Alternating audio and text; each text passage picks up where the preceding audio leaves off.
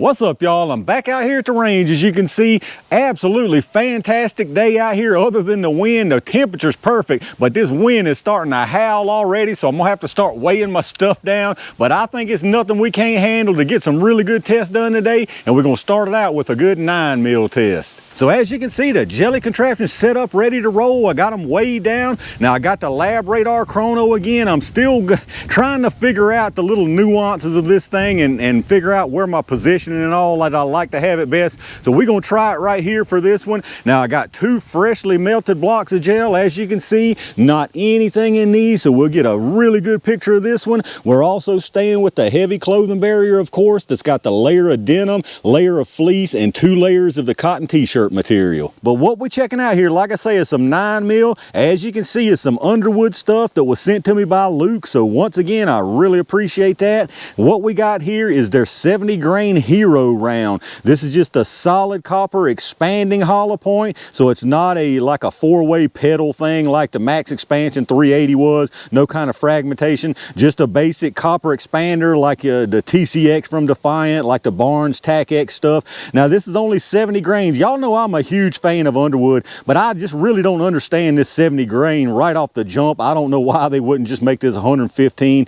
The 70 grain in an expanding copper round like this, I just don't get the point of it, but it's probably going to do well. I'm just really kind of concerned about the penetration being that light, but we'll see what it can do for sure. And what we're going to run them out of here is 2 different barrel lengths. For the shorty here, we got my Canik Mete MC9 with a 3-inch barrel, and then we got the Glock 17 with a 4.5-inch barrel. But this should be another good 9mm performance. If nothing else, we'll probably get a good show in the gel, because these copper expanders always look pretty when you pull them out the gel. Well, like I said, though, what I'm concerned about is the penetration. But let me get this stuff set up and let's see what they can do. All right, let's see if we can get some speeds on these things, y'all. I'm gonna do a 5-round average from each barrel length, starting with the Canik Mete with the 3-inch barrel first. Now, I've got this thing set to read at muzzle 3 yards, which is basically where I'm gonna be testing with the gel. Then we got 7, 10, 25, and 50. So it may not get all of those with this lighter projectile, but we'll see what we do get. But we'll talk about that here in a minute. Let's see if we can get the speeds on these things first. Try to make sure I'm lined up right to take all the goofiness out of it.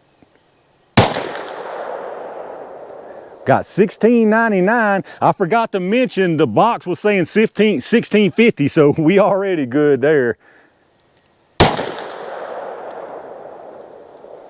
16.49. See, I got out to 50. I got out to 50 that time. I didn't on the first one, I don't think. 16.14. 16.29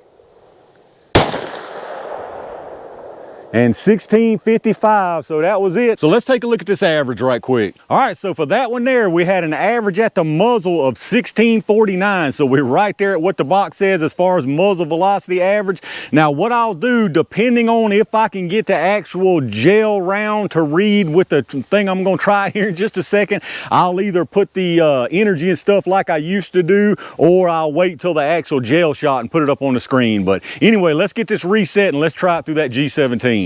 All right, let's see what it does through this longer barrel Glock 17. There's no doubt this one's going to hit 16.50 if that Canik did. Well, let's see just how much over it is. It's definitely going to be over, no doubt about it. 17.95. 17.86. Could not track the projectile. Uh-oh. Let's try that again. That's the first time I've seen that one. Got 17.83. I know what happened on that one. I was aiming high. And then 17.72. Let me get one more round. And 17.80, so like I said, all of those were well above what the box said. Let's check that average. All right, so our 5-round average that time was 1,783 feet per second, extreme spread 23, standard deviation 8.4. Y'all can probably see this info on the screen. Actually, let me know, somebody down in the comments, if y'all can see these smaller numbers on the screen. But anyway, the average on that one was 1,783, and if you remember from that Canik, it was 16.49, so you're talking about, what, 100 134 feet per second faster. So 134 feet per second, I would call that a significant difference. Either way though, I think both of these are going to do well in the gel. Like I said, my only concern still is what kind of penetration are we going to get out of these. But let me get this stuff reset and y'all know what time it is. All right, y'all, it's I need a hero jelly time. I'm gonna put one round from each barrel length into the gel, starting with this 3-inch Canik first. Now, I've almost basically come to the conclusion that I'm not gonna be able to use the lab radar for these jelly rounds. It's just something with the short distance and that hitting that gel and that reverberation of the gel, I think, is causing some of it. Just a lot of interference going on. So we're basically where we started before I even got this lab radar as of right now. You're getting the average at the 3-yard mark where I'm hitting the gel. So what I'm going to try though as a last ditch effort here, I've got the regular photo type chrono set up, and I've actually put the light bars up above it that are basically for indoors if you got no lighting, so it gives you some light, which is how these things measure. So hopefully that'll maybe get rid of some of the shadow issues that might be causing the non-reads on these jelly rounds. But any rate, let's see what we get here. Enough of all that chit chatting. See if we can get a reading here. All right, and we actually did get a reading of 1630, so I might have just solved our problem, y'all. Let's go check that out.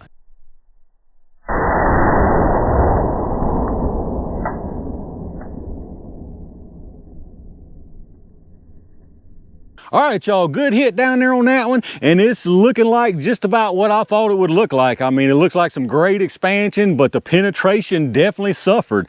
So let's see what this G17 will do. I don't expect much different out of this one, to be honest with you. I'm glad we got that reading though. Let's see if we can get lucky twice on that. I probably just jinxed the heck out of myself, but let's see what happens here. Whoo, that one went awful low. Hopefully we stayed out at the bottom. Let's go see what we got.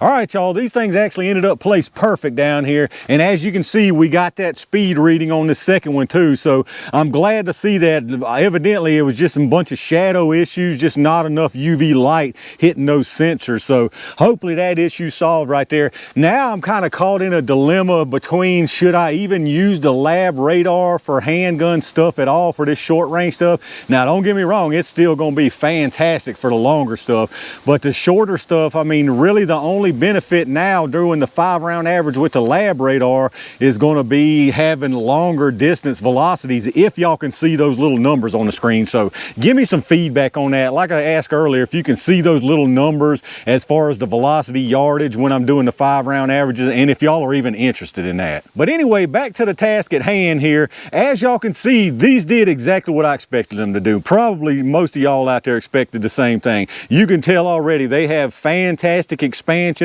but the penetration absolutely suffered, especially out of the one from the 3-inch. So on the top there, that's the one out of the Canik with the 3-inch barrel. Again, it comes in, doesn't care about the cloth, instant expansion right there, no doubt about it. Really nice disruption, carries into the gel, and it might be a little, just barely over halfway, maybe an inch over halfway. So that thing is probably only about 9 inches of penetration right there, y'all. And then on the bottom, of course, the one out of the G17, pretty much the same story, although a little less disruption, it looks like right there in the gel. That's probably because it will peel back further faster than this one did, just because of the extra velocity. But either way, again, nice disruption there, carries on through the gel. And this one here looks like it made it maybe an inch further than the other one, so it's still short of even the 12 inches, and this is clear ballistic gel, y'all. So to me, that's just not cutting it as far as penetration. I mean, these things got fantastic expansion, but I think that 70 grain is what's hurting this thing from not going further, because, you know, we've seen other copper expanders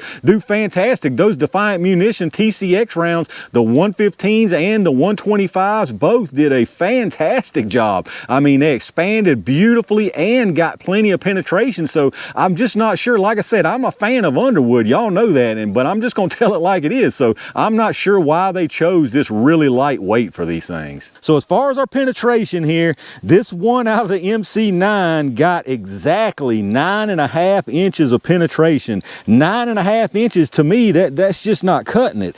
And then the one out of the Glock 17, it actually went to 10 3/4. So both of those pretty much well short of the 12-inch minimum that the FBI even uses. And again, this is clear ballistic gel, so depending on who you listen to, this one's gonna go further or not quite as far as organic type gel. So either way though, to me, that's just not enough penetration. So here's your closer look there. Again, really nice disruption, no doubt about it. That expansion caused a lot of damage and disruption, and then they carry through, like I said, and you see them there. Both of them expanded very nicely, but I mean, just look how short they are from the end of that 16-inch block. All right, y'all, let's check out the projectiles here. This one here out of the MC9, this one out of the G17. So like I figured from looking at the gel, this G17 definitely pushed the pedals back more. These in the MC9 went a little bit further than 90 degrees, but you can see these started peeling on back, probably 45 degrees back right there. And that's more than likely why you see a little bit smaller disruption in the gel here. Now, either way, both of these had absolutely fantastic expansion. No surprise there. Again, like I say, if nothing else, when you test these expanding copper rounds, you usually get a nice show because they got a really pretty expanded projectile when you pull them out. But let's get some weights on them. I'm sure they didn't lose anything, but they both started at 70 grains, and this one from the 3-inch MC9 is at 70.2, so nothing lost there. This one here from the G17 is 70.0, so really consistent weights on these things and no kind of loss. Now, as far as your sizes, the one on the MC9 here first, you got 677, 674, and 675. So very nice even expansion on that one. And then the one here from the G17, you got 676, 677, and 670. So nearly the same expansion from both of these things. Both of them, again, excellent job with the expanding. So there you have it, y'all, the Underwood 9mm Hero round. For me, this ain't the Hero that I want. I mean, don't get me wrong, I'm not calling this bad by any means, but this wouldn't be nowhere close to my first choice. Even if I'm looking for a solid copper expander, this isn't even close to my first choice. Like I said, I've personally tested rounds that did much better than these in the penetration department and still got this fantastic expansion. So now I know, you know, the brand name has got the reputation and all, but I'm telling you, sometimes y'all gotta back away from the whole brand loyalty stuff, because these right here, in my opinion, while they're not terrible, these are nothing that I would be going to run out and buy. All right, y'all, that's gonna do it for this first test of the day with the Underwood Hero 9mm rounds. Like I said, really nothing I saw today was a surprise from these rounds. I expected fantastic expansion. That's what I got from them. I expected short penetration, and that's what I got from them. Now, like I said, some of y'all might be absolutely fine with the penetration you got out of these things, but I can just tell you right now, that's not adequate unless it's just straight on. If you've got any kind of other variables, weird angles, other parts in the way, I'm telling you, you're gonna want more than this, y'all. You're really gonna want more than this. Like I said, if I were gonna guess, I would say this lighter weight is part of the problem here. Again, I don't understand why you wouldn't just make it 115. Why the 70 grain in an expanding projectile? It just makes absolutely no sense to me. I definitely wouldn't go throwing these away. Like I said, they're not terrible trash or anything, but they are absolutely nothing that I would personally go run out and buy. But let me know what y'all think about them. Those of y'all out there that might carry these, what do you think about the performance you saw from them out here today? Some of y'all, do you carry other copper expanding rounds? What do you think about the performance from other rounds I've tested, copper rounds versus these? Let me know in the comments what your thoughts are. If you did enjoy the video, reach down and hit that thumbs up button. Make sure you subscribe to the channel and make sure you've got them notifications turned on so you don't miss anything when I upload it. If you're doing some shopping, check out those affiliate links I've got in the video description. Anything you buy after going through any of those links down there, I get a kickback from them towards the channel, so I really appreciate that. Once again, I appreciate all my Range Gang members and every single one of y'all out there for supporting the channel. I got a lot of stuff planned for out here today. I'm gonna fight my way through this old crazy wind. Stay on the lookout for plenty of good stuff coming your way. And in the meantime, stay safe, stay prepared, and I'll see you soon.